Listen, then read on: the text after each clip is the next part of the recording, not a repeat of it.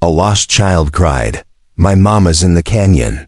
And when the lone Cahto hunter grabbed his rope and descended into that cursed gorge, he found more than a missing woman. He found the ghost of a love he thought he'd buried 20 years ago, and a secret that would turn his world upside down. The autumn of 1882 painted the California mountains in shades of rust and gold, but Joaquin Stormwind saw only the grays of another solitary day. His weathered hands worked methodically over the deer hide stretched between two oak trees, scraping away the last bits of flesh with a bone knife his grandfather had carved decades before the white man's railroads scarred these ancient hills. The morning mist clung to the canyon walls like the breath of sleeping spirits, and somewhere in that ethereal veil, a child's voice pierced the silence like an arrow through glass. Before we jump back in, tell us where you're tuning in from, and if this story touches you, make sure you're subscribed, because tomorrow I've saved something extra special for you. Joaquin's hands stilled on the hide, his dark eyes scanning the tree line where the sound had come from, listening for something that might have been the wind, but carried too much desperation to be anything but human. "Help me, please help me." The voice came again, closer now, crashing through the underbrush with the reckless abandon of pure terror. Joaquin straightened slowly, his 6-foot frame unfolding like a mountain cat preparing to spring. 20 years of hunting these canyons had taught him to read the difference between animal distress and human panic, and this was definitely the latter. He reached for the coiled rope hanging from his saddle horn and the Winchester rifle that never left his side, weapons that had kept him alive when lesser men had fallen to the wilderness or worse. A boy burst from the pine thicket, no more than 8 years old, his clothes torn and muddied, his small chest heaving with exhaustion and fear. Dark hair stuck to his sweating forehead, and his brown eyes held the kind of raw terror that Joaquin had seen in cornered animals and dying men. The child stumbled and nearly fell, catching himself against a boulder as his legs gave out beneath him. "Easy there, little one," Joaquin said in Spanish, then switched to English when the boy looked up with confusion. "What's your name, boy?" "Mateo," the child gasped, his voice barely above a whisper. "Mateo Salazar. Please send her, my mama, she's trapped in Devil's Canyon. There are bad men, and they hurt her, and she told me to run and find help, but I've been running all night. And I'm lost and—" "Slow down," Joaquin interrupted gently, kneeling to the boy's level. His experienced eyes took in the details the child's panic had revealed: the rope burns on his small wrists, the dried blood on his torn shirt, the way he favored his left leg as if something had struck him. This wasn't just a lost child, this was a survivor of violence. "These bad men," Joaquin asked carefully, "what did they look like?" Mateo's eyes darted nervously toward the canyon. "Gringos, but not soldiers. They wore black hats and had guns with silver on them.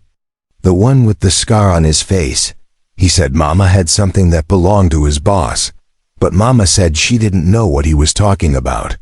That's when he hit her and they tied her up and threw her in the deep part of the canyon where the Cote rope bridge used to be." Joaquin's blood turned to ice water in his veins. Devil's Canyon. He knew that place, knew it better than any man alive, because it was where his world had ended 20 years ago, where he'd lost everything that mattered, and been reborn as something harder, lonelier, and infinitely more dangerous. The rope bridge Mateo mentioned had been destroyed in a rockslide 2 decades past. But Joaquin remembered when it had connected the two sides of the gorge like a spider's thread stretched across the mouth of hell. "This mama of yours, Joaquin," said his voice carefully controlled. "What's her name?" "Lucia," Mateo said without hesitation. "Lucia Montoya. She's the prettiest lady in all of San Miguel, and she makes the best tortillas. And she sings songs that make people cry happy tears. Please, Senator, you have to help her. Those men said they'd come back tonight, and if she doesn't tell them where it is, they'll—" The boy's voice broke, unable to finish the terrible thought. The name hit Joaquin like a physical blow, driving the air from his lungs and setting his hands to trembling. Lucia. After all these years, after convincing himself she was nothing more than a ghost haunting his dreams, she was real, and she was here, and she was in danger. The woman he'd loved with the fierce passion of youth. The woman who'd vanished without a trace on what should have been their wedding day, leaving him broken and wondering what he'd done wrong. Describe her, Joaquin commanded, his voice rougher than he'd intended. Mateo looked startled by the sudden intensity, but he answered readily enough. She has long black hair that shines like water in the moonlight, and her eyes are green like the deep pools in the river. She has a scar on her left hand from when she was little, shaped like a crescent moon, and she always wears a silver bracelet with a turquoise stone that her grandmother gave her. And when she's sad, she touches it and whispers prayers in the old language. Every detail was like another knife thrust. The scar, the bracelet, the prayers in Cahto that he'd taught her himself during their stolen moments together. It was her. Against all odds, against all logic, Lucia was alive, and she was trapped in the place where their love had died. And now strangers with guns and cruel intentions had her at their mercy. How long ago did this happen? Joaquin asked, already moving toward his horse, his mind calculating distances and time. Last night, just after dark. I hid in the rocks until morning, then I started running. I don't know these mountains very well, but Mama said if anything ever happened, I should go north until I found someone who could help. Joaquin paused in his preparations, struck by something in the boy's tone. She told you to go north specifically? To find someone? Mateo nodded eagerly. She said there was a man who lived alone in the high country, a Cahto hunter who knew every trail and every hiding place. She said he was the bravest man she'd ever known, and if anyone could help us, it would be him. She said his name was Joaquin, the hunter finished quietly. The boy's eyes widened. You're him. You're the one Mama told me about. She said you had eyes like winter storms and hands that could gentle a wild horse or kill a man, depending on what the situation required. She said you were the only person in the world she trusted completely. The words were arrows finding their mark in Joaquin's chest. She'd spoken of him to her son, for that's what Mateo had to be, her son, though the math of his age raised questions that Joaquin wasn't ready to face. She'd remembered him after all these years, had faith that he would help if she needed him. The knowledge was both a balm and a torture. Get some water from my canteen, Joaquin ordered, his voice steady despite the storm raging inside him. We're going to Devil's Canyon, and we're going now. As Mateo drank gratefully from the offered water, Joaquin studied the boy's features more carefully. The dark hair and brown eyes could have come from any number of sources, but there was something in the shape of his jaw, the set of his shoulders, the way he held his head when he was thinking. Something that made Joaquin's heart race with a possibility he didn't dare name. Mateo, he said carefully. How old are you? I'll be 9 at Christmas, the boy replied, wiping water from his chin. 9 years old. Joaquin did the math quickly, his mind reeling. If Lucia had been pregnant when she disappeared 20 years ago, if she'd given birth and raised a child in secret, then the boy standing before him might be your father, Joaquin asked, his voice barely above a whisper. What happened to him? Mateo's face darkened with an emotion too complex for a child his age. Mama says he was a good man who loved us both very much, but he had to go away before I was born. She says someday, when it's safe, she'd tell me the whole story. She says he taught her to shoot a rifle and track deer and speak the old words that make the spirits listen. The old words. Joaquin's breath caught in his throat.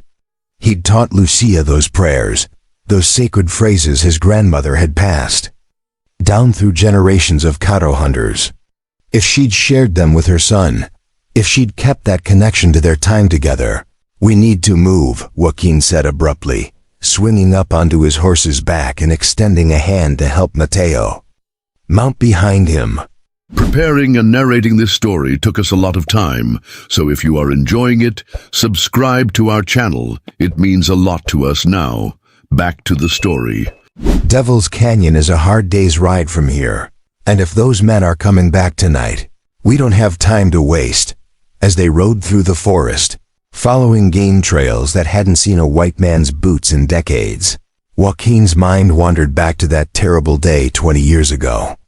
He'd been young then, barely 22, full of hope and plans for the future. Lucia had been the daughter of a Mexican rancher, beautiful and spirited and forbidden to him by every social convention of their time. But love had a way of making fools of even the wisest men, and they'd made promises to each other under the stars, vowed to find a way to be together despite the obstacles. The wedding had been planned in secret, a simple ceremony by the old rope bridge where they'd first kissed.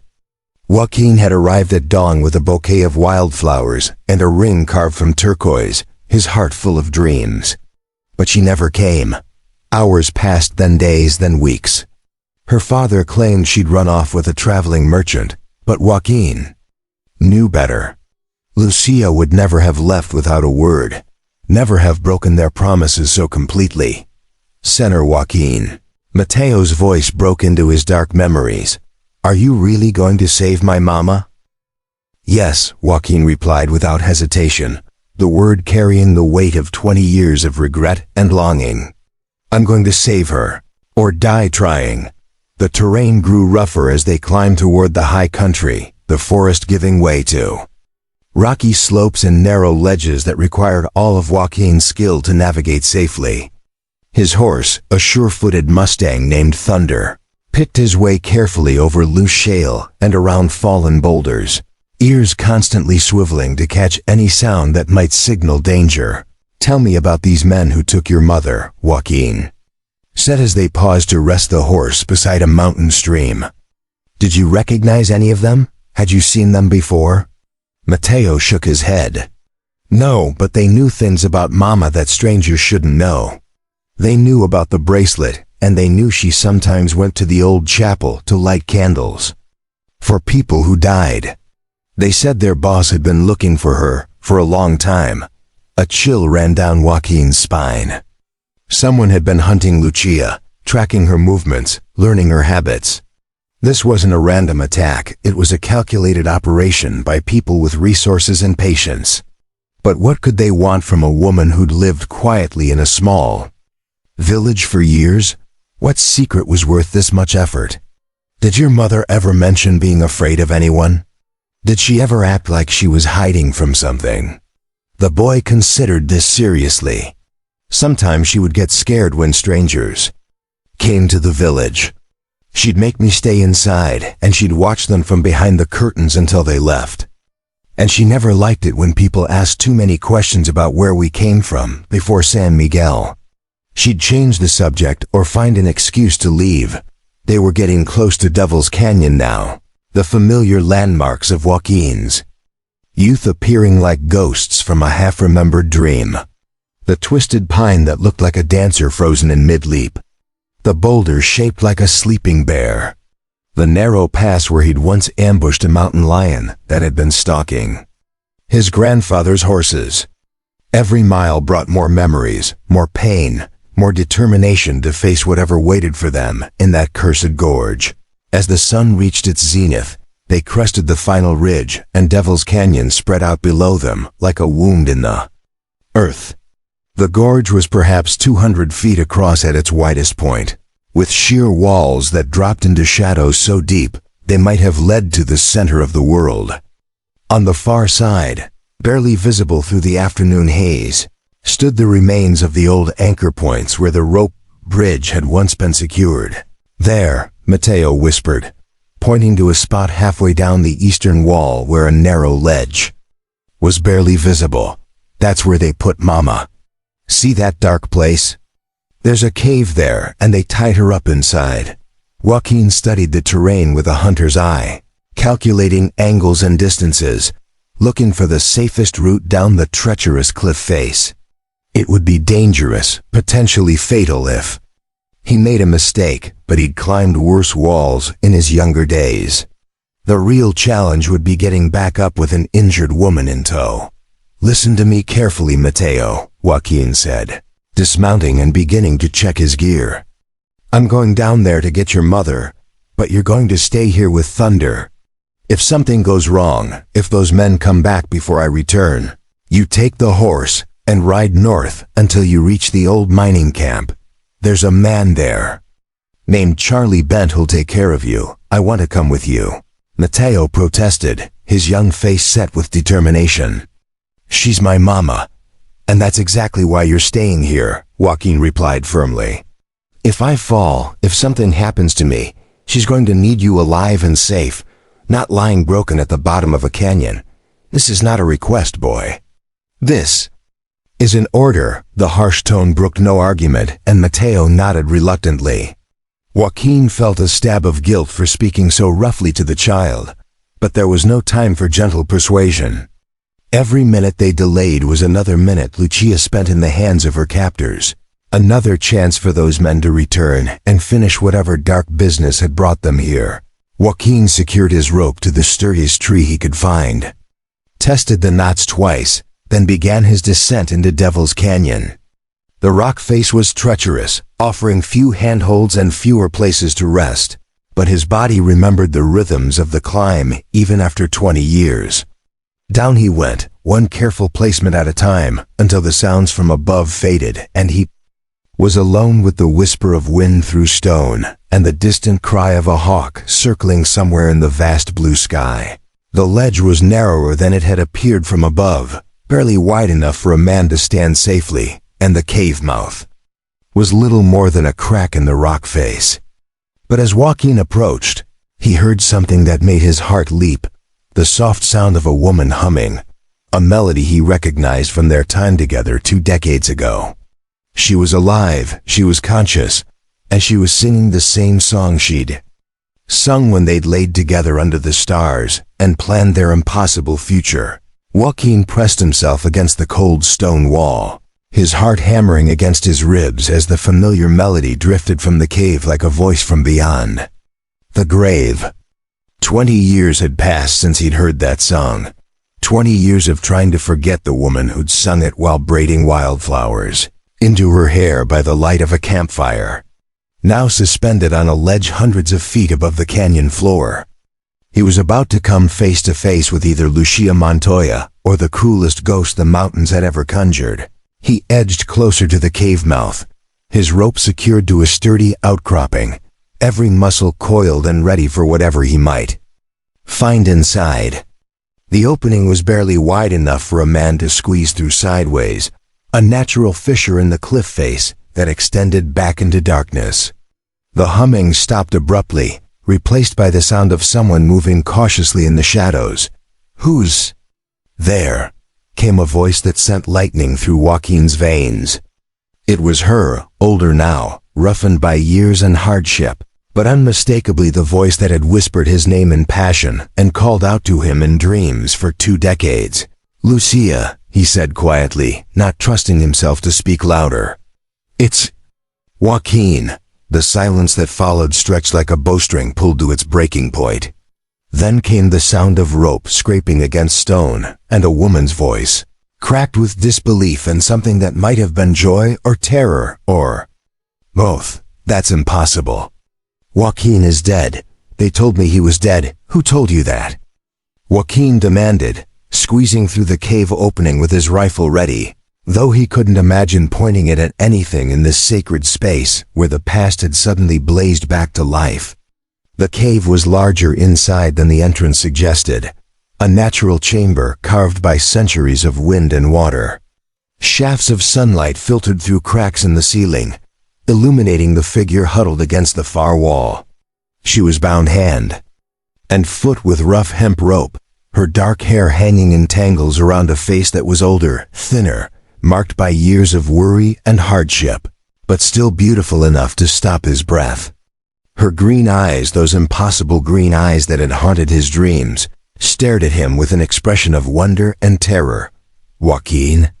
she whispered, as if speaking his name too loudly might cause him to vanish like smoke. "Is it really you?" He crossed the cave in 3 quick strides, dropping to his knees beside her and pulling out his hunting knife to cut the ropes. His hands shook as he worked, making the simple task nearly impossible. She was real, she was here. She was close enough to touch after 20 years of believing she was lost forever. "Hold still," he murmured, sawing through the thick bindings around her wrists. "These knots are tight. Who did this to you?" "Men. Looking for something I don't have," she replied, her voice stronger now, more like the Lucia he remembered. "Men who work for someone from the past. Someone who should have forgotten about me long ago." The ropes parted and her hands were free. Joaquin moved to her ankles, cutting those bonds as well, noting the raw marks on her skin where she'd struggled against her restraints. When the last rope fell away, she rubbed her wrists gingerly, wincing at the pain. "Mateo," she said suddenly, alarm flashing in her eyes. "Where's Mateo? Those animals didn't hurt him, did they? If they touched one, hair on his head, he's safe," Joaquin assured her quickly. "He found me this morning, led me here. He's waiting on the rim with my horse." Relief flooded her features, followed immediately by something else, a look of calculation, as if she were weighing how much to tell him. "You spoke with him. Did he tell you anything about his father?" The question hung in the air between them like a loaded gun. Joaquin met her gaze steadily, seeing the fear and hope warring in those green depths. "He said his father was a good man who had to go away before he was born. He said you told him that someday, when it's safe, you'd tell him the whole story." Lucia closed her eyes, leaning back against the stone wall. "I've rehearsed this conversation 1,000 times in my mind, imagining what I'd say if I ever saw you again. Now that you're here, I can't seem to find the words. Start with why you disappeared," Joaquin said, his voice carefully controlled despite the storm of emotions raging inside him. "Start with why you let me stand at that altar for 6 hours wondering what I'd done wrong." Her eyes snapped open, blazing with sudden anger. "Altar? What altar? I waited for you at the bridge until sunset. Then I waited 3 more days in case you'd been delayed. When you never came, when the story started spreading that you'd been killed by bandits on the road to Sacramento, I thought my heart would stop beating." Now it was Joaquin's turn to stare in confusion. "What are you talking about?" "I was at the bridge at dawn, just like we planned. I waited there with the ring and the flowers until nightfall. You never came. I was there at dawn too," she insisted. "I brought my grandmother's wedding dress, the one we'd hidden in the cave by the old mine. I waited and waited, but the only person who showed up was—" Her voice trailed off, her face going pale as understanding dawned. "Who?" Joaquin demanded. "Who showed up?" "Your cousin Marcus," she whispered. "He said you'd changed your mind, said you'd realized marrying a Mexican girl would ruin your standing with the tribe. He said you'd asked him to tell me it was over, that I should forget about you and find someone more suitable." Rage erupted in Joaquin's chest like a volcano. 20 years of suppressed fury and pain suddenly finding its target. Marcus Stormwind, his father's brother's son, who'd always resented Joaquin's position as heir to the family's hunting grounds. Marcus, who'd coveted everything Joaquin had and schemed constantly to take it. Marcus, who'd apparently succeeded in stealing the most precious thing of all. "And you believed him?" Joaquin asked, his voice deadly quiet. "Not at first," Lucia admitted, tears beginning to track down her cheeks. "But when days passed and you didn't come looking for me, when the story spread that you'd been killed, I didn't know what to think. Marcus offered to help me leave the area, said it wasn't safe for me anymore with tensions rising between the ranchers and the tribes. He arranged for me to go south, to live with his wife's family in Los Angeles. Marcus was never married." Joaquin said flatly, the blood drained from Lucia's face. "What? He was never married. He died 5 years ago in a knife fight in San Francisco, still a bachelor." Whatever family he sent you to, they weren't his in-laws. Lucia pressed her hands to her mouth, the full scope of the deception finally becoming clear. Oh God. Oh my God. He lied about everything. The family in Los Angeles, they were kind enough, but they always seemed to know more about my situation than they should have. They helped me when Mateo was born, gave me work, but they also asked a lot of questions about you, about your family's landholdings, about the old stories your grandfather used to tell. What kind of stories? Joaquin asked, though he was beginning to suspect he already knew. Stories about the sacred places in the mountains. Stories about caves full of Spanish gold hidden by monks fleeing the missions. Stories about maps carved in stone by your ancestors, showing the locations of treasures that could make a man richer than a king. The pieces of the puzzle began falling into place with sickening clarity. Marcus hadn't just stolen Lucia to hurt Joaquin. He'd stolen her to get information about the legendary Cahto treasure sites, secrets that had been passed down through Joaquin's family for generations. The family in Los Angeles hadn't been helping her out of kindness. They'd been pumping her for intelligence while she raised the son she didn't even know was Joaquin's. These men who captured you, Joaquin said urgently. What did they want to know? The same things the family in Los Angeles always asked about. The locations of the sacred caves, the meaning of the symbols your grandfather carved on the standing stones, the truth behind the stories of hidden gold. They seemed to think I knew more than I was telling them. And do you?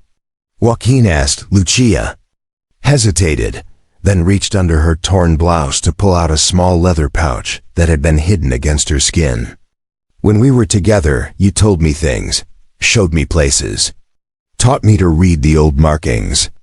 I remembered everything, Joaquin. I wrote it all down and kept it safe, thinking someday I might need it to prove to Mateo who his father really was. She opened the pouch with trembling fingers, revealing several pieces of bark covered with careful markings, maps drawn in charcoal and berry juice, copies of the stone carvings Joaquin had shown her during their secret courtship. The sight of them took his breath away. She'd preserved not just the information, but the memories themselves, keeping alive the bond between them even when she thought he was dead. These are accurate, he said, studying the markings with amazement. More accurate than anything I could draw from memory now. You were always smarter than I gave you credit for, smart enough to survive 20 years of running and hiding, she replied with bitter pride. Smart enough to keep our son safe from people who would use him to get to you, but not smart enough to see through Marcus's lies. Apparently, the sound of voices echoing up from the canyon floor cut through their reunion like a knife. Joaquin moved quickly to the cave mouth, peering down through the afternoon shadows. 3 men on horseback had arrived at the bottom of the gorge, and they were looking up at the ledge where he'd left his rope. They're back, Lucia whispered, joining him at the cave entrance. The one with the silver-trimmed guns, that's their leader. They call him Colonel, though I don't think he ever served in any real army. Joaquin studied the men below with a hunter's eye, noting their positioning, their weapons, their body language.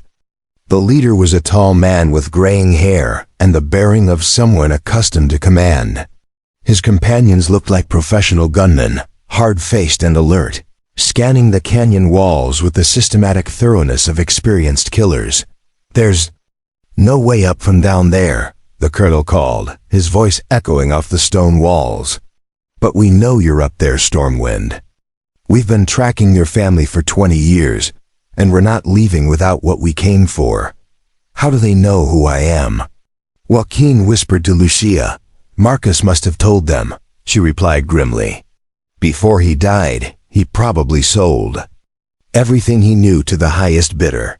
We have the boy, the colonel continued, his words striking Joaquin like physical blows. Young Mateo is safe for now, but that could change quickly if you don't cooperate. Joaquin's blood turned to ice.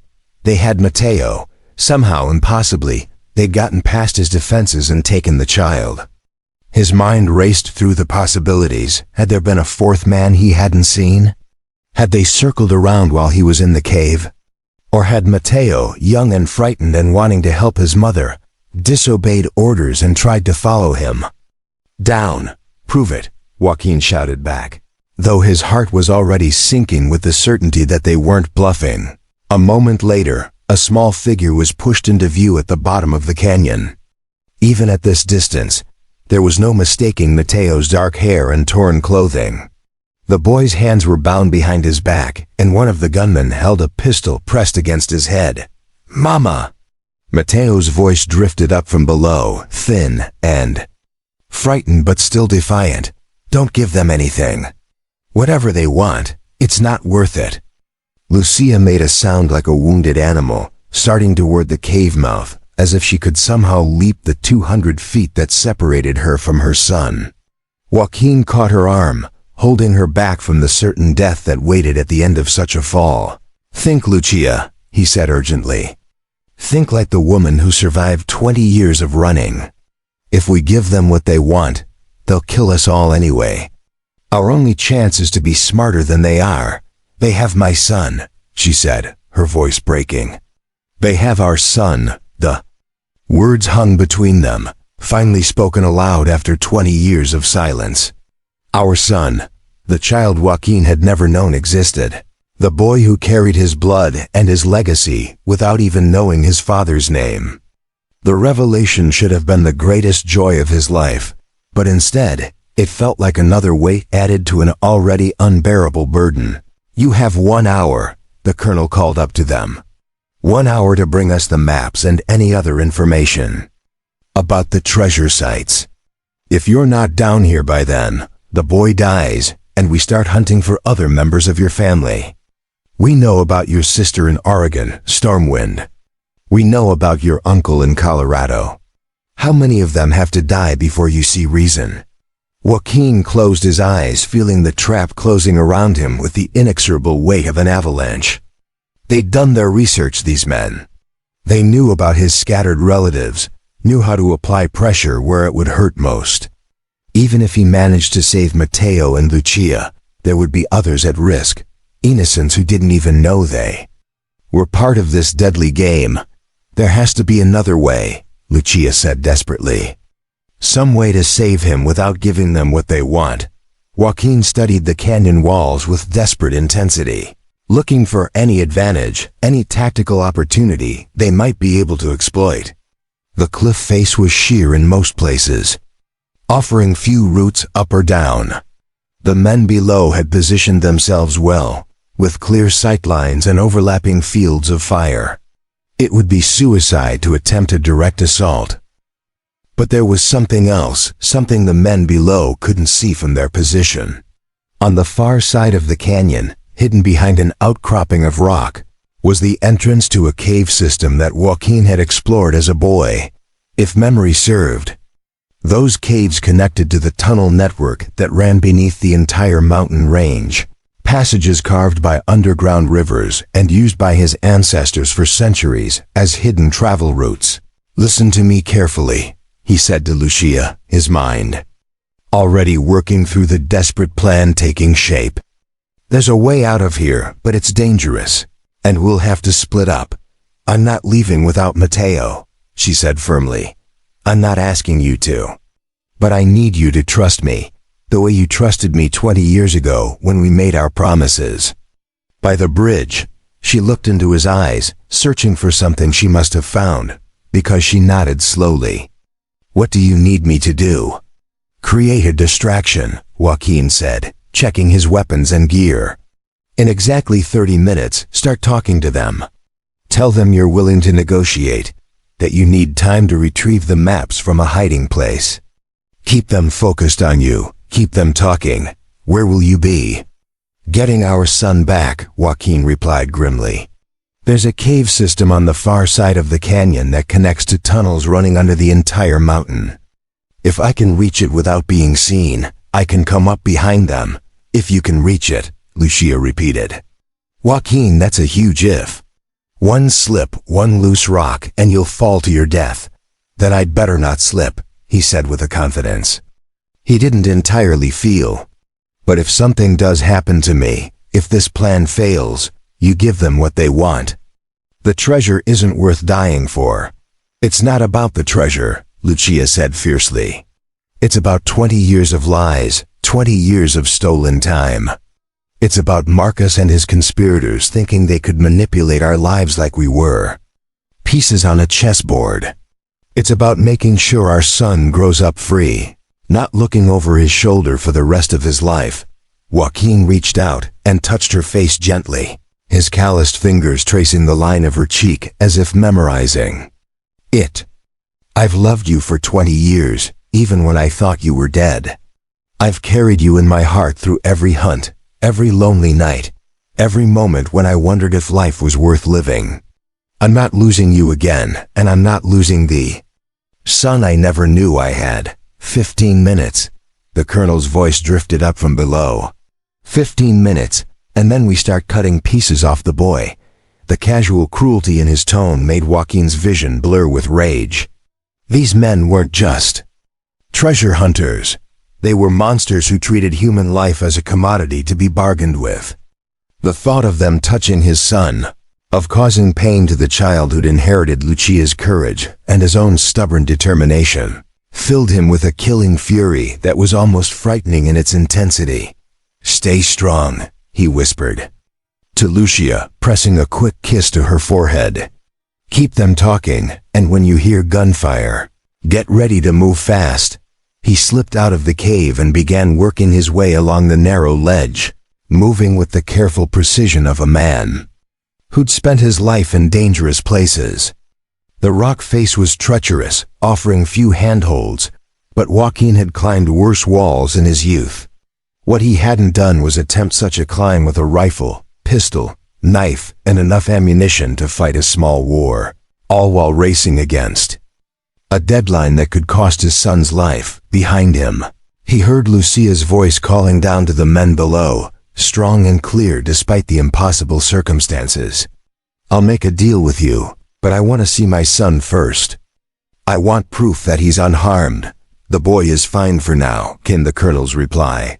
But our patience isn't unlimited. Start talking or start mourning. Joaquin forced himself to focus on the climb, shutting out the voices below and the fear that clawed at his chest with every passing second. One handhold at a time, one careful placement after another, he worked his way across the canyon wall toward the hidden cave that represented their only hope of survival. The afternoon sun beat down mercilessly, and sweat stung his eyes, but he didn't dare wipe it away for fear of losing his grip. The cave mouth was exactly where he remembered it. A dark opening barely visible behind a screen of hardy mountain shrubs that had somehow found purchase in the cliff face. Joaquin squeezed through the narrow entrance and found himself in the familiar darkness of the tunnel system he'd explored as a boy.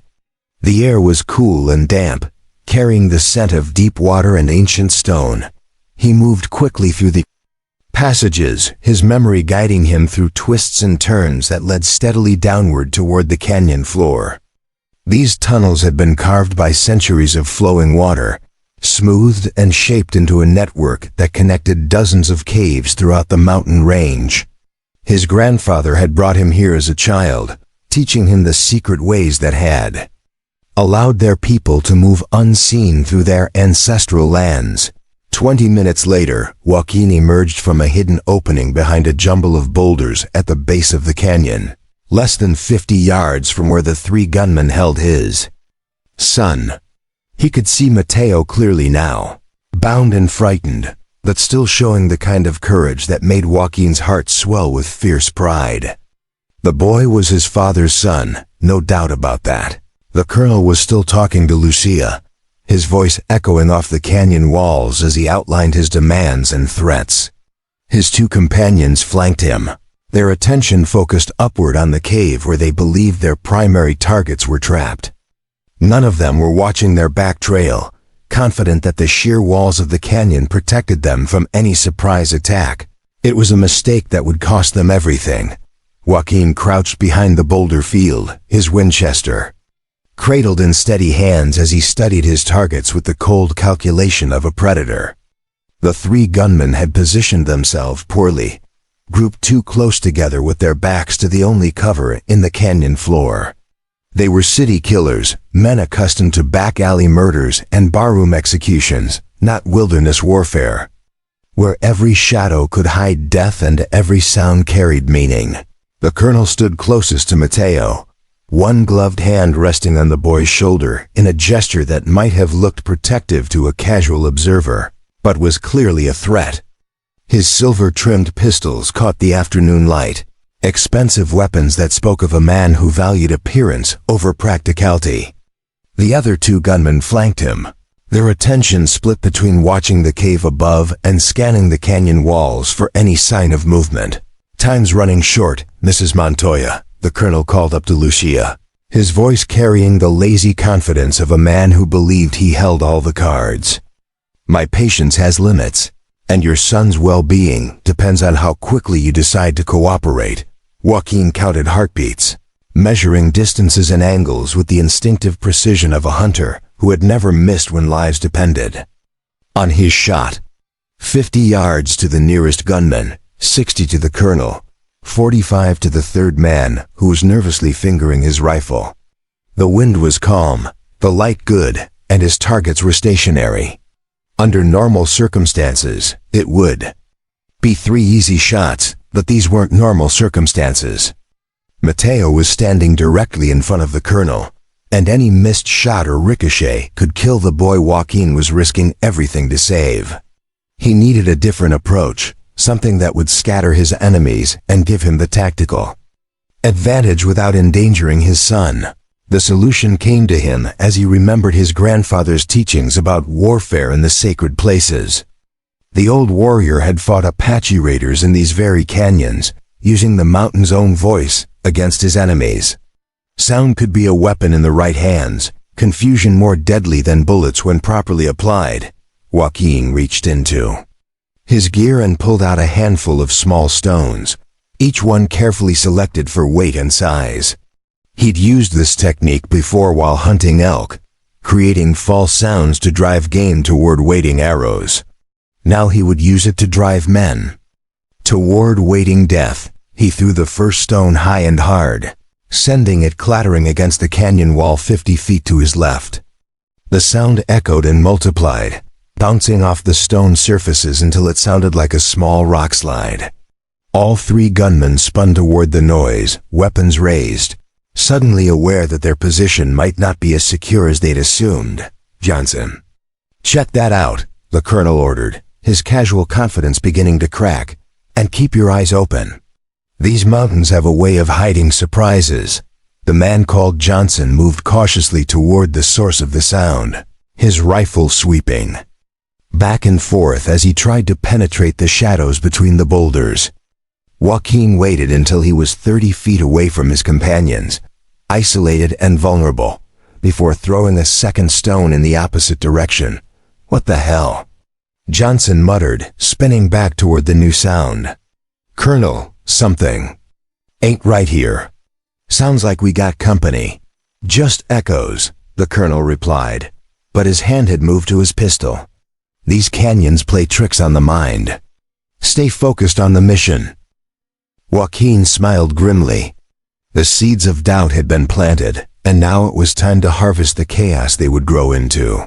He threw a third stone, this one larger, sending it bouncing down the tailless slope with enough noise to suggest a man-sized figure moving through the rocks. The sound was amplified by the canyon walls, distorted and multiplied until it seemed like an army was creeping through the shadows. "That's no echo," the third gunman said nervously, backing toward his horse. "Something's out there, and it's moving. Hold your positions," the colonel snapped, but Joaquin could hear the uncertainty creeping into his voice. "It's probably just an animal." The fourth stone was the size of a man's fist, and Joaquin threw it with all his strength directly at the cliff face above the gunmen's heads. The impact triggered a small avalanche of loose rock, sending stones cascading down into the canyon floor like nature's own artillery barrage. The horses reared and whinnied in terror, fighting against their tethers, adding their panic to the growing chaos. "We're under attack," Johnson shouted, firing blindly into the shadows where he thought he saw movement. The gunshot echoed like thunder, rolling back and forth between the canyon walls until it sounded like a full-scale battle. His companions joined in, their nerves finally snapping under the pressure of fighting an enemy they couldn't see. In the confusion, Mateo did exactly what Joaquin had hoped he would do. The boy threw himself flat against the ground, making himself as small a target as possible while his captors fired wildly at phantoms. It was the opening Joaquin had been waiting for.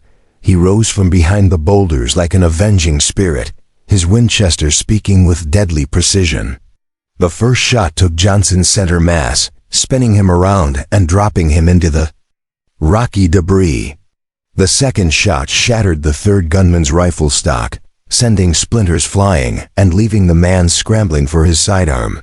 The colonel was faster than his companions, diving behind his horse and using the animal as cover, while he drew his silver-trimmed pistols. "Stormwind!" he shouted, his voice carrying a mixture of rage and grudging respect. "I should have known you'd find a way down here. Your cousin said you were too clever for your own good. My cousin was a lying snake who got what he deserved," Joaquin replied, working his way closer through the boulder field. "And you're about to join him." The colonel's reply was a pair of bullets that spanged off the rocks near Joaquin's head, close enough to shower him with stone fragments. The man was a skilled gunfighter, that much was clear, but he was still fighting on Joaquin's ground by Joaquin's rules. "Give it up, Colonel," Joaquin called out, his voice carrying the authority of a man who had never backed down from a fight. "You're outnumbered and outgunned." "Outnumbered?" The colonel laughed harshly. "There's only one of you, and I've got more men coming. Did you really think 3 was all I brought to this party?" As if summoned by his words, the sound of hoofbeats echoed from the canyon mouth. Joaquin's heart sank as he saw 4 more riders approaching at a gallop, their dust cloud visible even at this distance. The colonel had been telling the truth. This had been a trap within a trap, and Joaquin had walked right into it. "Mama!" Mateo's voice cut through the gunfire as the boy spotted something the adults had missed. "The rope! Climb down the rope!" Joaquin looked up to see Lucia beginning her descent from the cave, using the rope he'd left behind in his desperate rush to save their son. She was climbing with the skill of someone who had learned mountain craft the hard way, but she was also exposed, a perfect target for anyone who bothered to look up. The colonel saw her at the same moment, swinging his pistol toward the dangling figure. "Perfect. Now I've got all 3 of you where I want you." Joaquin's shot took the colonel's hat clean off his head, ruining his aim and sending his bullet wide. The man dove for better cover, cursing fluently in 3 languages while his remaining companion tried to flank Joaquin from the right. "Stay down, boy," Joaquin shouted to Mateo as he rolled behind a different boulder, bullets chipping stone all around him. The approaching riders were close enough now that he could make out individual faces, hard men with the look of professional killers. A few minutes, this canyon would become his tomb unless he could even the odds dramatically. That was when Lucia hit the canyon floor running, her feet barely touching the ground before she was sprinting toward the scattered weapons of the Kofit. Barely touching the weapons of the core, she was sprinting toward the scattered weapons of the Kot and the Simju. Fallen gunmen. She moved with the fluid grace of someone who had spent years staying one step ahead of death, scooping up Johnson's rifle and diving behind cover just as the colonel's bullets searched for her. "I thought you might need some help," she called out to Joaquin, working the rifle's action with practiced efficiency. "These men have been hunting me for 20 years. I think it's time I started hunting them back." The sound of her voice, calm and determined in the face of overwhelming odds, sent a surge of fierce pride through Joaquin's chest. This was the woman he'd fallen in love with, the woman who had chosen him over safety and convention all those years ago. She hadn't been broken by 2 decades of running and hiding. She'd been tempered like steel in a forge. "Can you still shoot?" he asked, remembering the lessons he'd given her during their courtship. Better than you taught me, she replied, proving her point by putting a bullet through the water barrel the surviving gunman was hiding behind. The man yelped and scrambled for new cover as water gushed from the punctured container. The approaching riders were close enough now to start firing, their bullets beginning to find the range as they spread out across the canyon mouth. Joaquin counted quickly 4 fresh gunmen plus the colonel and his surviving companion made 6 against 2, with Mateo caught in the crossfire. The math was grim, but not impossible, Lucia, he called out. There's a cave entrance behind that stand of scrub oak.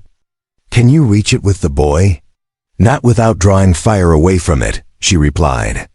They've got the whole area covered. Leave that to me, Joaquin said grimly. He reached into his pack and pulled out something he'd hoped not to use, a stick of dynamite left over from his prospecting days, when he'd supplemented his hunting income by searching for gold in played-out claims. The fuse was old and the explosive questionable, but it might be enough to change the tactical situation. When I give the signal, grab Mateo and run for that cave, he ordered. Don't look back, don't hesitate, just run. What signal? Lucia asked, but Joaquin was already moving, the dynamite stick in one hand and a burning match in the other. He touched flame to fuse and counted off seconds in his head, calculating trajectory and timing with the precision of a man who understood that miscalculation meant death. The throw was perfect, arcing high over the heads of the approaching riders and landing directly in front of their horses. The explosion was tremendous, magnified by the canyon walls until it sounded like the end of the world. Horses reared and screamed, throwing their riders and galloping in panic toward the canyon mouth.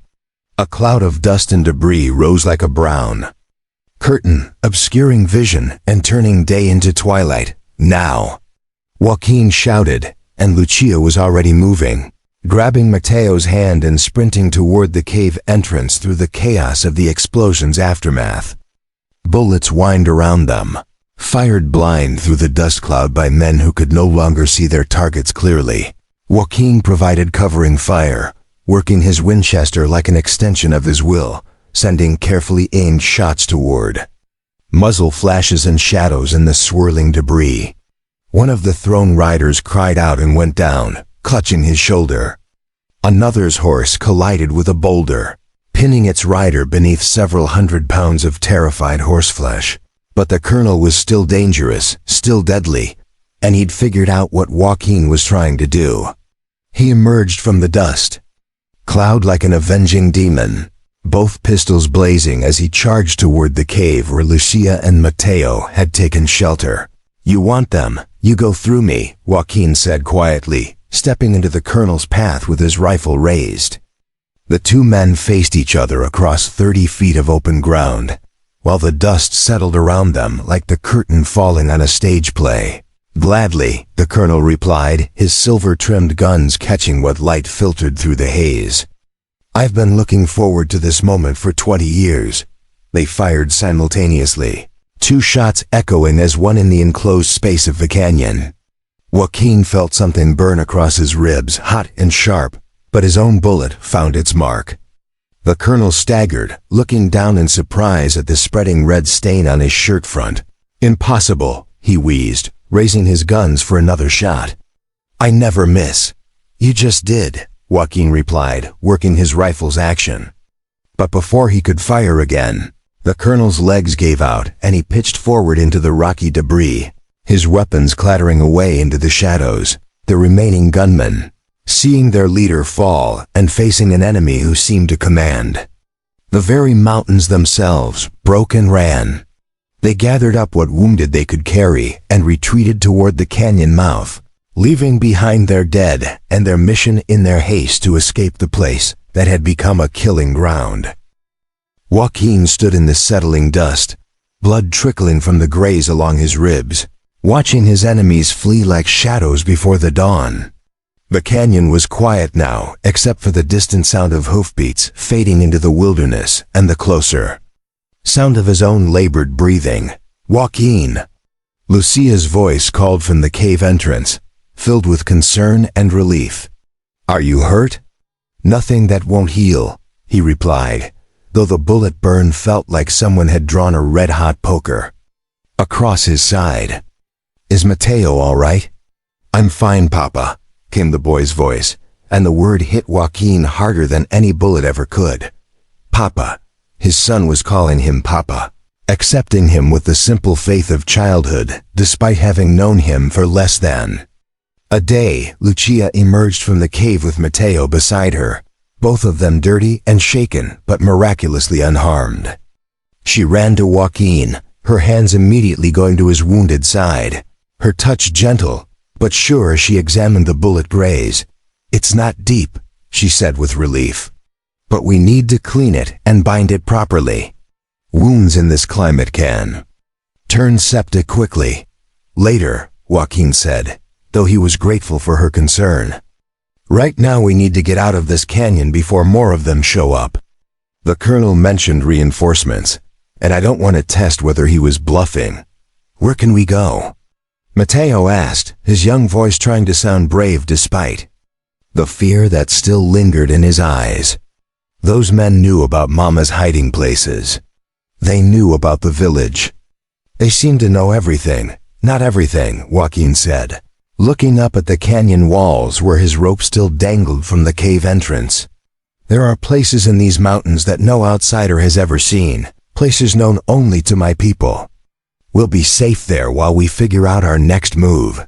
"And then what?" Lucia asked, helping him bind his wound with strips torn from her skirt. "We can't run forever, Joaquin. These people, whoever they are, they have resources and patience. They'll keep coming until they get what they want. Then maybe it's time to give them what they want," Joaquin said grimly, thinking of the leather pouch still hidden against Lucia's skin. "But not in the way they expect," he looked down at the colonel's body, noting the expensive clothes and weapons, the soft hands of a man who was used to others doing his killing for him. This hadn't been a desperate treasure hunter or a simple bandit. This had been someone with connections, someone with enough influence to organize a 20-year conspiracy, and enough resources to corrupt officials and buy information. "Search him," Joaquin ordered, though he was reluctant to ask Lucia to touch the dead man. "Look for papers, letters, anything that might tell us who he was working for." Lucia approached the colonel's body with visible distaste, but her hands were steady as she went through his pockets. After a moment, she pulled out a leather wallet, thick with bills and papers. Among them was a telegram, recent enough that the paper was still crisp. "Listen to this," she said, reading aloud. "Package located. Stop Stormland Bloodline. Confirmed. Stop initiate final phase stop. Payment on delivery. Stop signed H. Drummond. Stop." "Drummond," Joaquin repeated, the name triggering a memory from his youth. "Henry Drummond. He was a territorial judge back when I was a boy, before statehood. Corrupt as they come, but he had friends in high places. My grandfather always said he was involved in the land grab schemes that stole so much territory from the tribes." "He's still alive?" Lucia asked. "He'd be old now, but rich men have a way of clinging to life longer than they deserve," Joaquin replied. "If he's behind this, then we're not just dealing with treasure hunters. We're dealing with someone who has the law in his pocket. All the more reason to disappear into the mountains," Lucia said. "We have the maps, we have each other, and we have our son. Isn't that enough?" Joaquin looked at Mateo, at the boy, who carried his blood and his future, and felt the weight of fatherhood settle on his shoulders like a familiar burden. For 20 years he'd lived only for himself, answerable to no one, free to take whatever risks seemed necessary. Now he had responsibilities that went beyond his own survival. "It should be enough," he said quietly. "But men like Drummond don't give up easily. If we disappear, he'll just find other ways to get what he wants. Other members of my family, other people with knowledge of the old ways. The killing won't stop until someone stops it. Then we stop it," Lucia said firmly. "Not by running, not by hiding, but by facing it head on." Together, the word hung in the air between them, heavy with promise and possibility. Together. After 20 years of separation, 20 years of believing the other was dead or lost, they had found each other again. They had found their son, discovered their family, reclaimed their love. But they had also inherited a war that had been brewing for 2 decades, a conflict that would test everything they had fought to preserve. Together, Joaquin agreed, and sealed the promise with a kiss that tasted of dust and blood and hope. The sacred cave of Joaquin's ancestors lay hidden behind a waterfall that had carved its path through granite for 1,000 years, its entrance invisible to any eye that didn't know exactly where to look.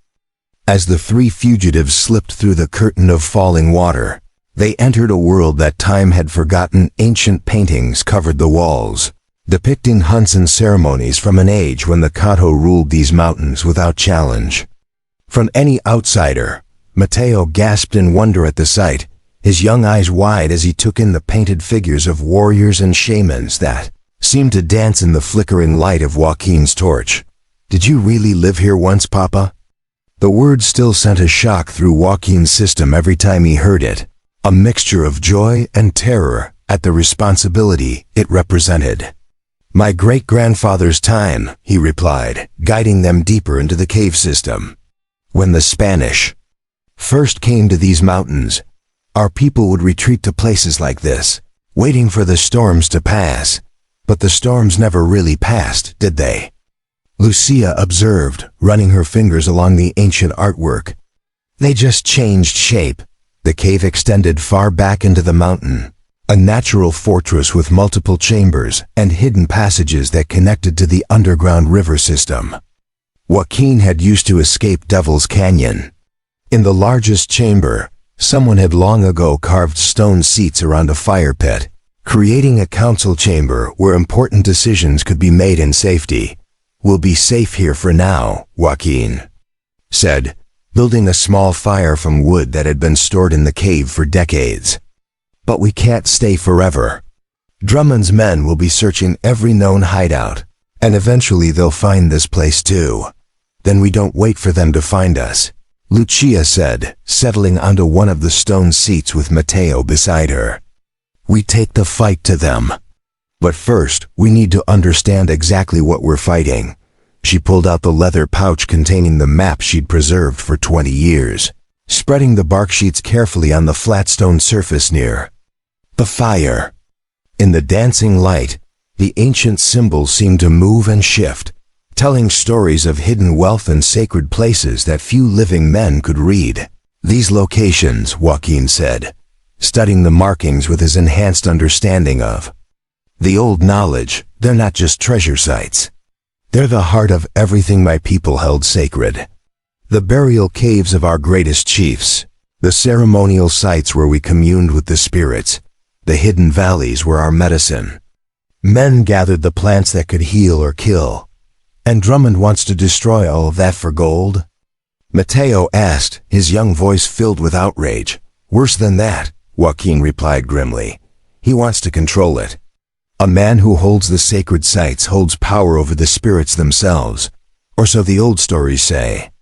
Drummond isn't just after treasure, he's after the kind of influence that could make him untouchable." Lucia leaned forward, pointing to one particular symbol on the largest map. "This marking here, you showed it to me once but never explained what it meant. It's different from all the others." Joaquin's breath caught as he recognized the symbol. A serpent swallowing its own tail, encircled by 7 stars. "That's the mark of the Keeper's Cave," he whispered. "The place where the most powerful artifacts were hidden when the Spanish missionaries came to destroy our religion." "What kind of artifacts?" Lucia asked. "Things that should never see daylight again," Joaquin replied. "Weapons blessed by spirits, medicines that could kill a man with a single drop, totems that could supposedly call down curses on entire bloodlines.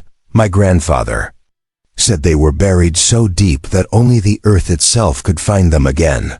"But you know where it is," Lucia said. "It wasn't a question."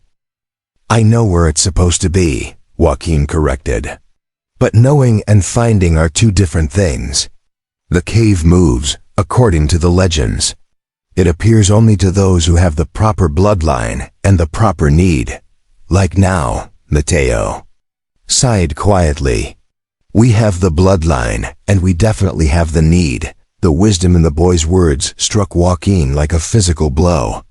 His son, barely 9 years old, had grasped something that had taken Joaquin decades to understand, that sometimes the old powers stirred when the balance was threatened, when forces from the outside world grew strong enough to destroy everything.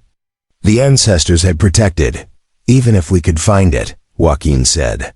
Using those artifacts would be incredibly dangerous. The kind of power they contain comes with a price that might be higher than we're willing to pay. What kind of price? Lucia asked. Before Joaquin could answer, the sound of voices echoed from somewhere outside the waterfall. He motioned for silence, moving carefully to the cave entrance where he could peer through the falling water without being seen. A group of horsemen had arrived at the base of the waterfall, and their leader was dismounting with the confident stride of a man who knew exactly where he was going. Check every cave, every crevice, every shadow. The man commanded his followers. They're here somewhere, and I want them found before nightfall. Mr. Drummond is getting impatient, and when he gets impatient, people start dying in unpleasant ways. Joaquin recognized the voice. Marcus Whitehorse, a half-breed tracker who'd sold his services to the highest bidder for as long as anyone could remember. He was good at what he did, too good, and he knew these mountains almost as well as Joaquin himself. If anyone could find their hiding place, it would be him. The waterfall cave, Marcus called out to his men. Search it thoroughly. It's exactly the kind of place that would appeal to someone with romantic notions about the old ways. Joaquin backed away from the entrance, his mind racing through their options. The cave had other exits, but they all led to passages that would take hours to navigate, and they didn't have hours. Marcus and his men would be inside the cave within minutes, and when they found the ancient chamber, the chase would become a siege. We have to move, he whispered to Lucia and Mateo. There's another way out, but it means going deeper into the mountain. How much deeper? Lucia asked, gathering up the precious maps. Deep enough that we might not find our way back out, Joaquin admitted. The passages connect to the old mine shafts, and some of those have been flooded for decades. But it's better than letting Marcus get his hands on us. They slipped deeper into the cave system, following passages that grew narrower and darker with each turn. Behind them, the sound of voices grew louder as Marcus and his men penetrated the outer chambers, their torches casting dancing shadows on the ancient walls. Joaquin led the way with sure steps, drawing on memories from childhood expeditions with his grandfather, but even he wasn't certain where these particular tunnels led. Papa, Mateo whispered as they paused at a junction where 3 passages branched off in different directions. Which way do we go? Joaquin studied the 3 options, trying to read the subtle signs that might indicate which passage led to safety and which to a dead end deep in the mountain's heart. The air currents were different in each tunnel, and the sound of distant water suggested that at least one of them led to an underground river. This way, he decided, choosing the passage that seemed to slope upward. If we can reach higher ground, we might find another exit to the surface. They followed the winding tunnel for what felt like hours, though time had little meaning in the eternal darkness of the mountain's depths. The air grew colder and thinner, and more than once they had to squeeze through openings barely wide enough for an adult to pass. Behind them, the sounds of pursuit grew fainter but never disappeared entirely. Marcus was too skilled a tracker to give up easily. Finally, they emerged into a vast underground chamber lit by shafts of sunlight filtering down through cracks in the ceiling high above. Ancient stalactites hung like the teeth of some enormous beast, and in the center of the chamber, an underground lake reflected the pale light like a mirror made of black glass. Where are we? Lucia asked, her voice echoing strangely in the cavernous space. Joaquin stared at the chamber in amazement, recognizing it from descriptions in his grandfather's stories. This is the heart chamber, he said quietly. The place where the mountain spirit is supposed to dwell. I never thought it was real. Along the walls of the chamber, he could see more ancient paintings, but these were different from the ones in the outer cave. These depicted not hunts or ceremonies, but something far more significant: the coming of strangers from across the great water, the destruction of the old ways, and a great battle between the spirits of the land and the spirits of greed. Look. At this, Matteo called from across the chamber, where he'd discovered something partially hidden behind a fallen stalactite. There's writing here, but it's not like the other markings. Joaquin and Lucia hurried to where the boy stood, and what they found there, Joaquin's blood run cold.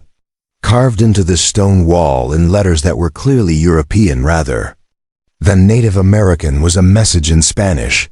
Here lies the truth that Henry Drummond fears the proof of his crimes against God and man. Signed, Father Miguel Santos, 1847. Father Santos, Joaquin breathed. He was the priest who tried to protect the tribes from the worst of the mission system's abuses. My grandfather said he disappeared one day, and everyone assumed he'd been killed by bandits. It looks like he made it here before he died, Lucia observed, pointing to a dark opening in the wall behind the inscription. And he left something behind. The opening led to a smaller chamber, clearly natural but modified by human hands. Against the far wall stood a stone altar, and on that altar lay a metal box that had somehow resisted decades of moisture and decay. Joaquin approached it reverently, aware that he was walking on ground that might be more sacred than any church. Inside the box were documents, letters, testimonies, legal papers that had yellowed with age but remained perfectly legible. As Joaquin read them by torchlight, the scope of Drummond's crimes began to unfold like a map of evil stretching back decades. Listen to this, he said, reading from one of the letters. These are sworn statements from tribal leaders, missionaries, even government officials, documenting how Drummond systematically cheated tribes out of their land through forged documents and bribed judges. He's been stealing territory for 40 years, selling it to railroad companies and mining corporations for enormous profits, and he killed anyone who tried to stop him, Lucia added, reading over his shoulder. Father Santos documented at least a dozen murders, including tribal chiefs who refused to sign his fraudulent treaties. But why does he need the treasure maps? Matteo asked. It sounds like he's already rich, because he's getting old, Joaquin realized. And old men start thinking about legacies. He doesn't just want to be rich, he wants to be remembered as the man who unlocked the greatest treasure in California history. The man who succeeded where Spanish conquistadors failed. Or maybe he needs the money for something else, Lucia suggested. Something that requires more capital than even his land schemes can provide. Their speculation was interrupted by the sound of voices echoing from the tunnel they'd used to enter the chamber. Marcus and his men had found their trail, and they were getting closer with each passing minute. Soon this sacred space would be violated by men who understood nothing of its significance. We can't let them get these documents, Joaquin said, carefully returning the papers to their metal box. This is the evidence that could destroy Drummond, expose his crimes, maybe even get justice for all the people he's murdered over the years. Then we don't let them get it, Lucia said firmly. We find another way out of here, and we take this evidence to someone who can use it. Like who? Joaquin asked. Drummond owns judges, sheriffs, territorial officials. Who's going to listen to three fugitives with a story about ancient crimes? The newspapers, Matteo said suddenly. Mama always said that the one thing rich men fear most is having their secrets printed in the newspapers for everyone to read. The boy was right, and Joaquin felt a surge of pride at his son's quick thinking. There were newspaper editors in San Francisco who specialized in exposing corruption, men who couldn't be bought because their reputations depended on their integrity. If they could get Father Santos's evidence to the right reporter. There's another problem, Lucia pointed out. We still don't know how to get out of here without running into Marcus and his men. Joaquin studied the chamber again, looking for options he might have missed. The underground lake in the center was fed by a stream that disappeared into a tunnel at the far end. A tunnel that might lead to another exit, or might lead to a watery grave deep in the mountain's heart. The shafts of sunlight from above suggested that the ceiling was thin in places, but they were at least 50 feet up, and the rock looked too smooth to climb. Then he noticed something else, a series of handholds carved into the wall near. One of the light shafts, so old and weathered that they were barely visible. Someone generations ago had created a way to climb to the surface from this chamber. There, he said, pointing upward. If we can reach that light shaft, we might be able to climb out. That's a long way up, Lucia observed doubtfully. And with Marcus coming, Marcus is about to get a surprise, Joaquin said grimly, moving to the edge of the underground lake. The water was clear enough that he could see the bottom, and what he saw there confirmed a suspicion that had been growing in his mind. Scattered across the lake bed were dozens of metal objects, weapons, tools, ceremonial items that had been thrown into the water as offerings to the mountain spirit. Among them were several items that gleamed with the distinctive yellow of gold, artifacts that represented more wealth than most men saw in a lifetime. The real treasure, he murmured. Not hidden in some distant cave, but right here under our feet. What are you thinking? Lucia asked, recognizing the calculating look in his eyes. I'm thinking that Marcus and his men are treasure hunters at heart, Joaquin replied. And treasure hunters have a weakness for shiny things that outweighs their common sense. He began gathering loose rocks from around the chamber, selecting ones of just the right size and weight. When Marcus arrived, Joaquin intended to give him exactly what he was looking for, a treasure hunt that would lead him straight into the mountain's embrace. The sound of approaching footsteps grew louder, accompanied by the flicker of torchlight from the tunnel entrance.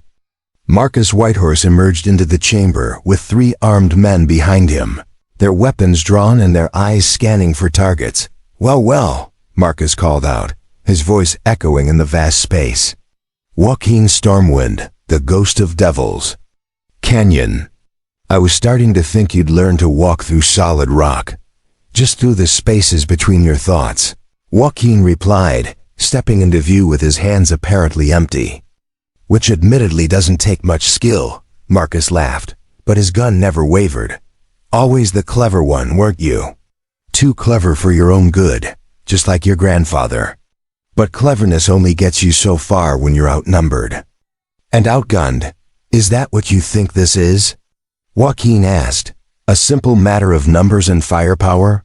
In this place, of all places?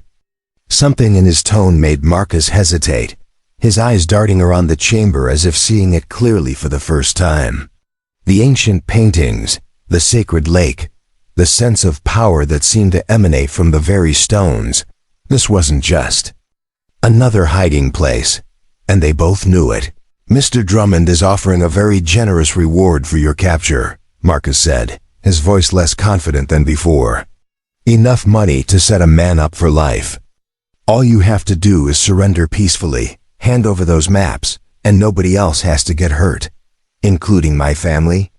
Joaquin asked. Especially your family, Marcus replied. Mr. Drummond is a reasonable man. He understands that sometimes people get caught up in situations beyond their control. The way you got caught up in betraying your own people for white man's gold. Joaquin's voice carried the contempt of generations. How much did he pay? You to forget where you came from, Marcus? The insult hit home, and Marcus's face darkened with anger. Enough to know which side is going to win this war. The old ways are dead, Joaquin. The sooner you accept that, the longer you'll live. Are they? Joaquin asked, and threw the first rock with deadly precision. The stone struck the surface of the underground lake with a splash that seemed unnaturally loud in the enclosed space. Immediately, the chamber began to change. The water started to glow with an eerie phosphorescence, and the ancient paintings on the walls seemed to shimmer and move in the reflected light. It was a trick of minerals and chemistry, Joaquin knew, but it looked like magic to men who had never seen such things before. What the hell? One of Marcus's men began, but his words were cut off as Joaquin threw a second rock, this one larger, creating ripples that spread across the glowing water like liquid fire. "The spirits are waking up," Joaquin said in a voice that carried the authority of his ancestors. "And they're not happy about uninvited guests in their sacred place." The effect on Marcus's men was immediate and dramatic. Hardened killers who had faced down armed opponents without flinching suddenly found themselves backing toward the tunnel entrance, their weapons forgotten in the face of something their rational minds couldn't explain. "It's just phosphorus in the water," Marcus snarled, but even he sounded less than certain. "Some kind of natural phenomenon, is it?" Joaquin asked, and this time when he threw a rock, he aimed it at one of the loose stalactites hanging from the ceiling. The impact sent the ancient formation crashing down into the lake with a sound like thunder, and the splash sent waves of glowing water across the chamber floor.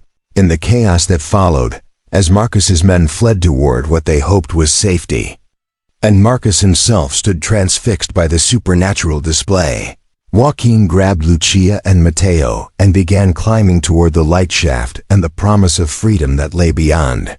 The climb to freedom took every ounce of strength Joaquin possessed, his hands bleeding from the rough stone as he hauled himself up the ancient handholds carved by his ancestors generations ago. Below them, Marcus's curses echoed through the sacred chamber as he realized his quarry was escaping through a route he couldn't follow. The phosphorescent display had rattled his men so badly that 2 of them had fled entirely, leaving him with insufficient manpower to both pursue and guard the chamber's secrets. Lucia climbed with the desperate grace of a woman who had spent 20 years staying one step ahead of death, her movements sure despite the treacherous footing. Mateo, light and agile as only a child could be, actually seemed to find the ascent easier than his elders, his small fingers finding purchase in cracks that barely existed. "Almost there," Joaquin gasped as they neared the light shaft, his lungs burning from the effort and the thin air. The opening above them was wider than it had appeared from below, large enough for an adult to squeeze through with effort. Beyond it lay the late afternoon sky, painted gold and crimson by a sun that was beginning its descent toward the western peaks. They emerged onto a rocky ledge high on the mountainside, the sacred chamber far below them now, its secrets once again hidden from profane eyes. The view from their vantage point was breathtaking, miles of wilderness stretching in every direction, with no sign of human habitation except for the thin column of smoke rising from their abandoned campfire in the distant valley. "Where are we?" Lucia asked, shading her eyes against the brilliant sunlight as she tried to orient herself. 3 miles north of Devil's Canyon," Joaquin replied, recognizing the distinctive rock formations that marked this part of the range. "And about 2 days hard riding from Sacramento if we had horses, which we don't," Mateo pointed out with the practical pessimism of someone who had learned not to take anything for granted. "No, but we have something better," Joaquin said, pulling the metal box containing Father Santos's documents from his pack. "We have proof of crimes that could bring down one of the most powerful men in California. And we have a plan." The plan had been forming in his mind during the climb, built around the knowledge that Drummond's greatest weakness was also his greatest strength, his need for public respectability. A man who had spent decades building a reputation as a pillar of the community would be vulnerable to exposure in ways that a simple outlaw would not. "First, we need to reach civilization without getting caught," Joaquin continued. "Then we need to find someone with the courage and the resources to publish Father Santos's evidence where it will do the most damage." "The San Francisco Chronicle," Lucia suggested. "I remember reading their exposes of the railroad corruption scandals. They're not afraid to take on powerful men." "If we can reach San Francisco," Joaquin agreed. "But that means crossing 100 miles of territory where Drummond has eyes and ears everywhere. He owns sheriffs, judges, territorial officials. Any one of them could have us arrested on trumped-up charges before we get within 50 miles of a newspaper office. Then we don't travel as ourselves," Mateo said with the quick thinking that continued to amaze his father. We travel as someone else.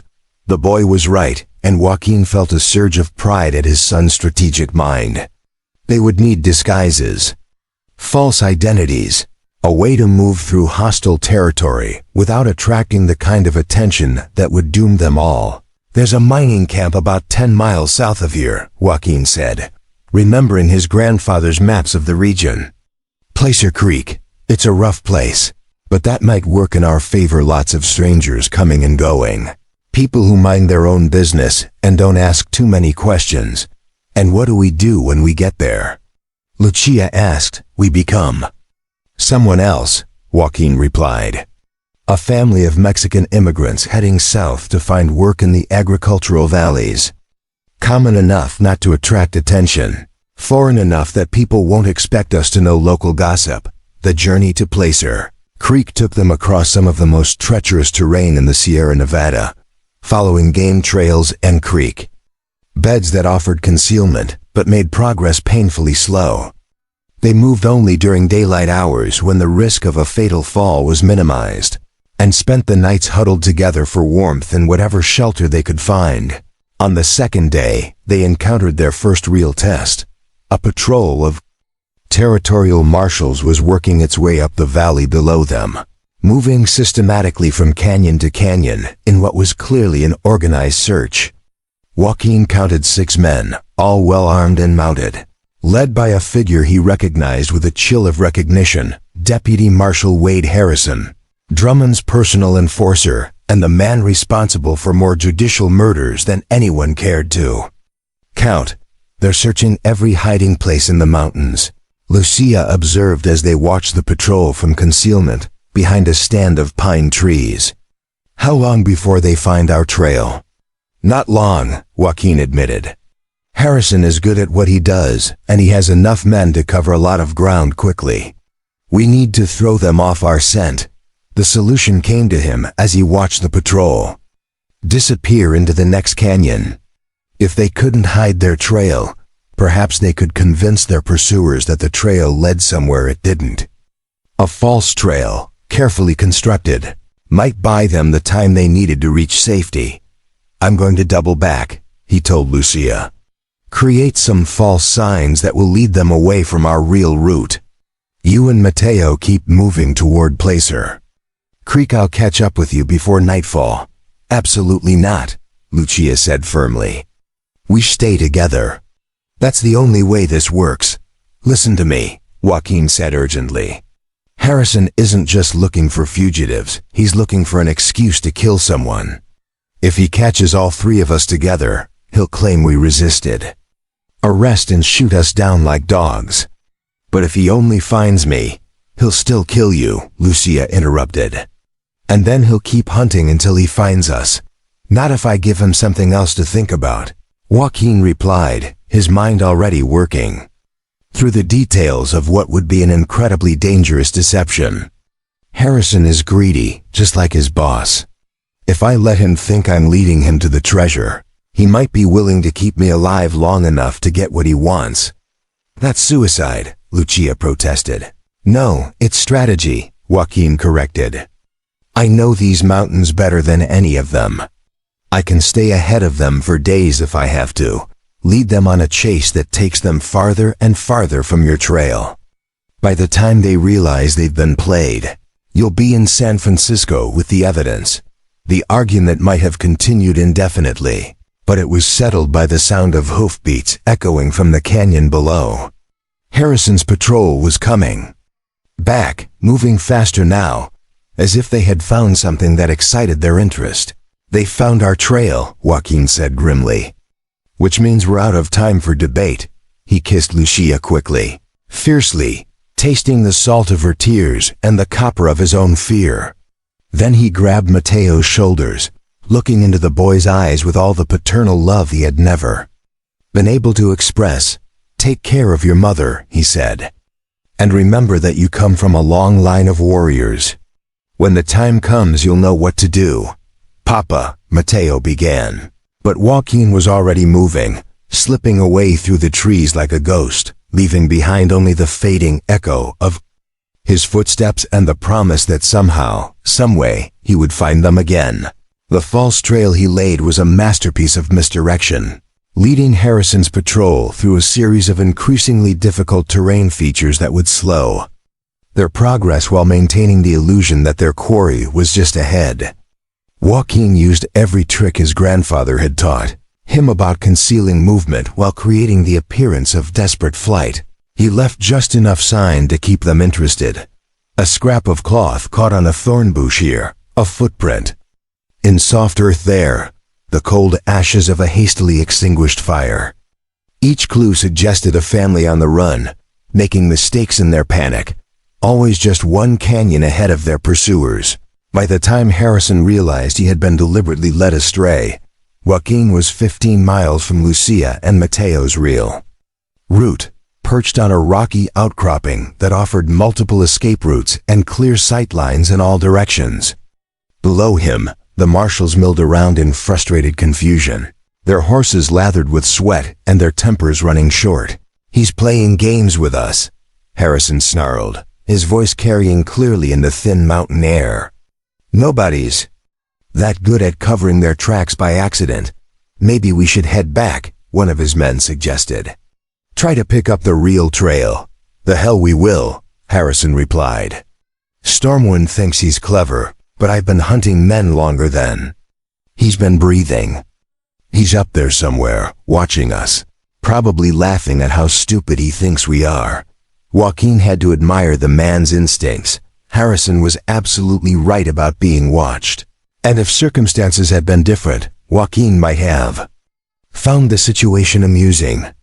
As it was, he was calculating distances and angles, preparing for the moment when the deputy marshal inevitably did something that would force a confrontation. That moment came sooner than expected.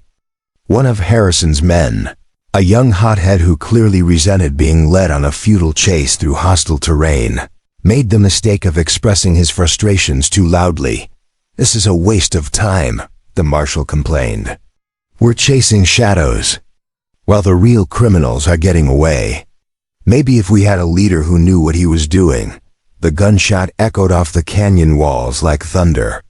The young marshal toppled from his saddle, clutching his shoulder where Harrison's bullet had found its mark. The remaining men stared in shock at their leader, who was calmly reloading his smoking pistol. "Anyone else have suggestions about my leadership?" Harrison asked conversationally. "No? Good. Then let's get back to work. Stormwind is up there somewhere, and I intend to bring his scalp back to Mr. Drummond." Joaquin had seen enough. Harrison wasn't just Drummond's enforcer, he was a madman who would kill his own men to maintain discipline. The wounded marshal would die without medical attention, and the others were too terrified to help him. It was time to change the dynamics of this hunt. The shot that rang out from Joaquin's position was perfectly placed, striking Harrison's gun hand and sending his weapon spinning away into the rocks. The deputy marshal yelped in pain and surprise, diving for cover behind his horse while his remaining men scrambled for their own weapons. "Harrison!" Joaquin's voice echoed down from the heights, carrying the authority of judgment itself. "You're under arrest for the murder of Deputy Marshal Collins and conspiracy to commit treason against the territory of California." The absurdity of a lone fugitive arresting a territorial marshal would have been laughable under other circumstances, but something in Joaquin's tone suggested that he wasn't joking. One of Harrison's men actually started to dismount, as if prepared to surrender. Before remembering where his loyalties lay, "You're insane, Stormwind," Harrison shouted back. "I'm a federal officer. You can't arrest me. I'm a citizen of the Cahto Nation," Joaquin replied. "And you're trespassing on sovereign territory, which means you have about 30 seconds to start treating that wounded man before I decide you're not worth taking alive."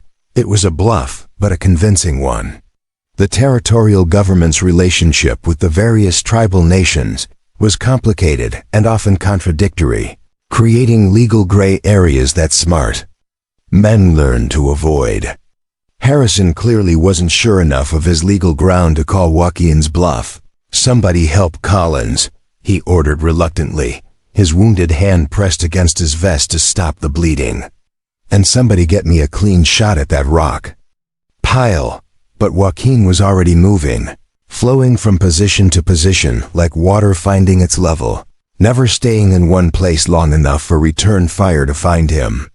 He had learned this kind of fighting from Apache raiders who had perfected the art of making one man seem like many, and he used every lesson now to keep Harrison's remaining forces off balance and reactive.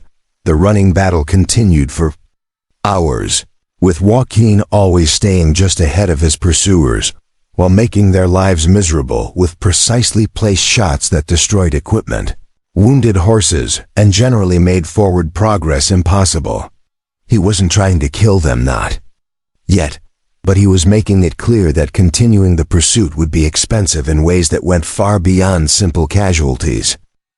As the sun began to set behind the western peaks, Harrison finally called a halt to the chase.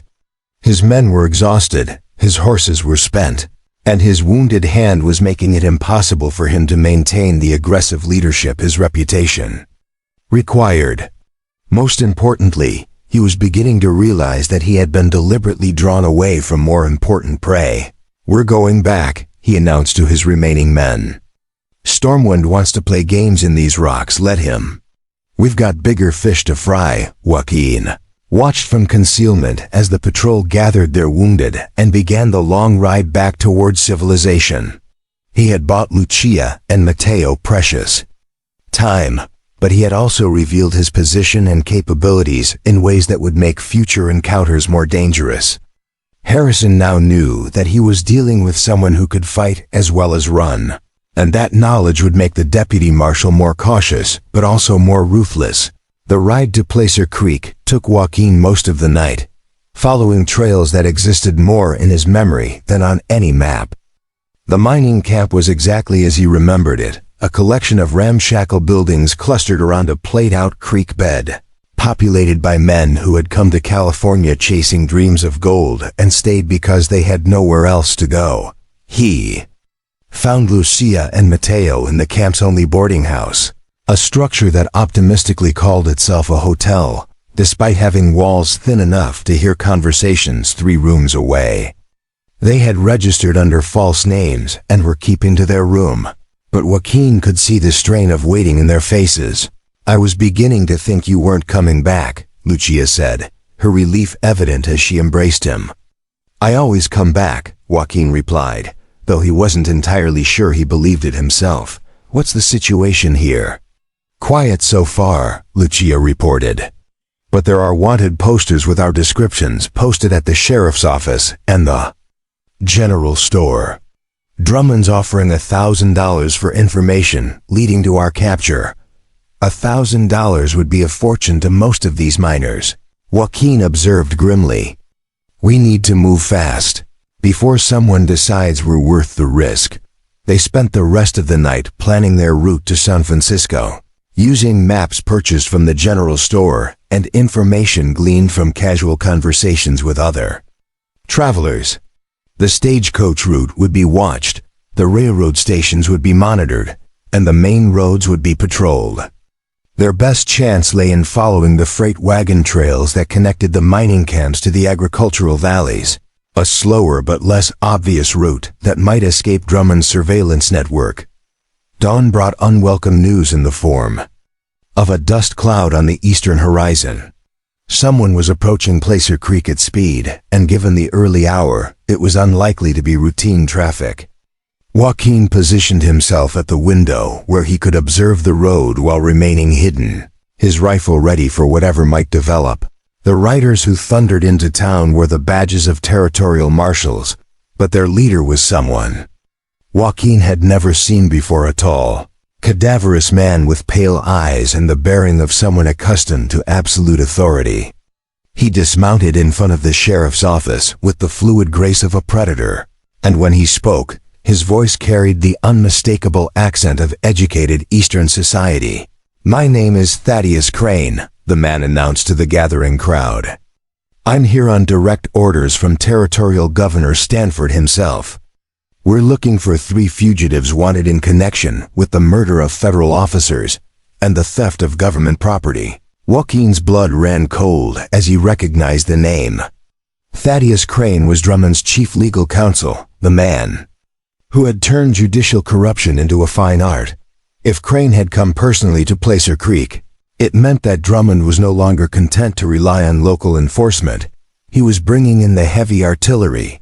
The territorial government is offering a reward of $5,000 for information leading to the capture of these criminals. Crane continued, his voice carrying easily across the suddenly quiet camp. Dead or alive, $5,000. More money than most of these miners would see in a lifetime. Joaquin could already see the calculation in their eyes, the weighing of loyalty against opportunity. It was time to leave Placer Creek, and it was time to leave now. Back door, he whispered to Lucia and Mateo, gathering their few possessions. Move quietly, and whatever happens, don't look back. They slipped out of the boarding house like ghosts, using the morning shadows, and the distraction of Crane's announcement to mask their escape. Behind them, the territorial marshal was already organizing search teams, dividing the camp into sectors and assigning his men to conduct a systematic house-to-house search. But by the time the first marshal knocked on their door, Joaquin and his family were already miles away, following a deer trail that led deeper into the wilderness and closer to a reckoning that had been 20 years in the making. 6 months later, the front page of the San Francisco Chronicle bore a headline that would shake California to its foundations. Territorial judge exposed as land thief and murderer, documents prove decades of corruption. The story that followed, written by investigative reporter James McKenna, laid out in devastating detail the crimes of Henry Drummond, complete with photocopies of Father Santos's hidden evidence and sworn testimony from 3 witnesses who had risked everything to bring the truth to light. In his mansion overlooking San Francisco Bay, Henry Drummond read the newspaper with trembling hands, watching 40 years of carefully constructed respectability crumble like a house built on sand. The evidence was irrefutable, the witnesses credible, and the public outrage already building like a storm tide that would sweep away everything he had built. Sir, his butler entered the study with obvious reluctance. There are federal marshals at the door. They have warrants. Drummond crumpled the newspaper and threw it into the fireplace, watching the flames consume the words that had already consumed his empire. Tell them I'll be down presently, he said with what remained of his dignity. A gentleman should be properly dressed when he surrenders to justice. 300 miles away, in a small adobe house overlooking the Pacific Ocean near Monterey, Joaquin Stormwind sat on his porch watching his son practice with the fishing net while Lucia tended the garden they had planted together.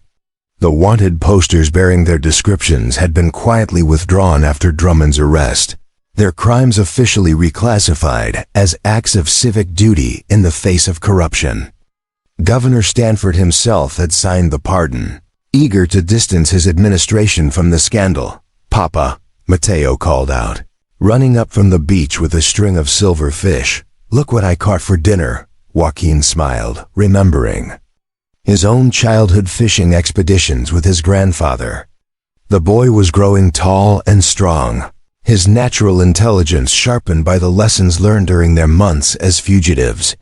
More importantly, he was growing up free, no longer looking over his shoulder for enemies who might use him to hurt the people he loved. Your grandfather would have been proud, Joaquin told his son, ruffling the boy's dark hair. He always said the ocean provides for those who approach it with respect. Will you tell me more stories about him tonight? Mateo asked eagerly. The ones about the old warriors and the sacred places? All the stories you want to hear, Joaquin promised, knowing that the tales would be more than entertainment. They would be history, culture, and identity passed down from one generation to the next. Lucia approached from the garden, her hands dusty with soil and her face bright with contentment. The years of running and hiding had left their mark on her, but the peace they had found here by the sea was slowly healing wounds that had seemed permanent. The tomatoes are coming in beautifully, she reported, sitting beside Joaquin on the wooden bench he had built for watching sunsets. And the corn should be ready for harvest by the end of the month, just like a real family. Joaquin observed with wonder that hadn't diminished despite the months they had been together. Growing food, raising children, planning for the future. We are a real family, Lucia corrected gently. We always were, even when we were separated by lies and distance. Some bonds are stronger than time. As if to prove her point, a rider appeared on the coastal road, approaching their house with a familiar easy grace. Charlie Bent, the old prospector who had helped them establish their new identities, dismounted with a grin and a canvas bag full of letters. News from the outside world, he announced cheerfully, including one that might interest you particularly. The letter was from James McKenna at the Chronicle, thanking them again for their courage in exposing Drummond and informing them that the territorial government had established a commission to investigate other cases of judicial corruption. Already, 3 judges had been removed from office and dozens of fraudulent land grants had been overturned. It's a start, Joaquin said, folding the letter carefully. Justice for some of the people who were cheated, closure for some of the families who lost loved ones, and a warning to others who might think they can steal from the tribes with impunity. Lucia added. Father Santos would have been pleased, that evening, as they sat around their dinner table sharing the fish Mateo had caught and the vegetables Lucia had grown. Joaquin felt a peace he had never thought possible. His son was asking questions about tribal customs, eager to understand his heritage. His wife was planning improvements to their home, thinking in terms of years rather than days. And somewhere in the distance, the ocean sang its eternal song of renewal and hope. In the end, Joaquin reflected, watching his family by the light of the oil lamp Lucia had lit, we found more than we ever lost.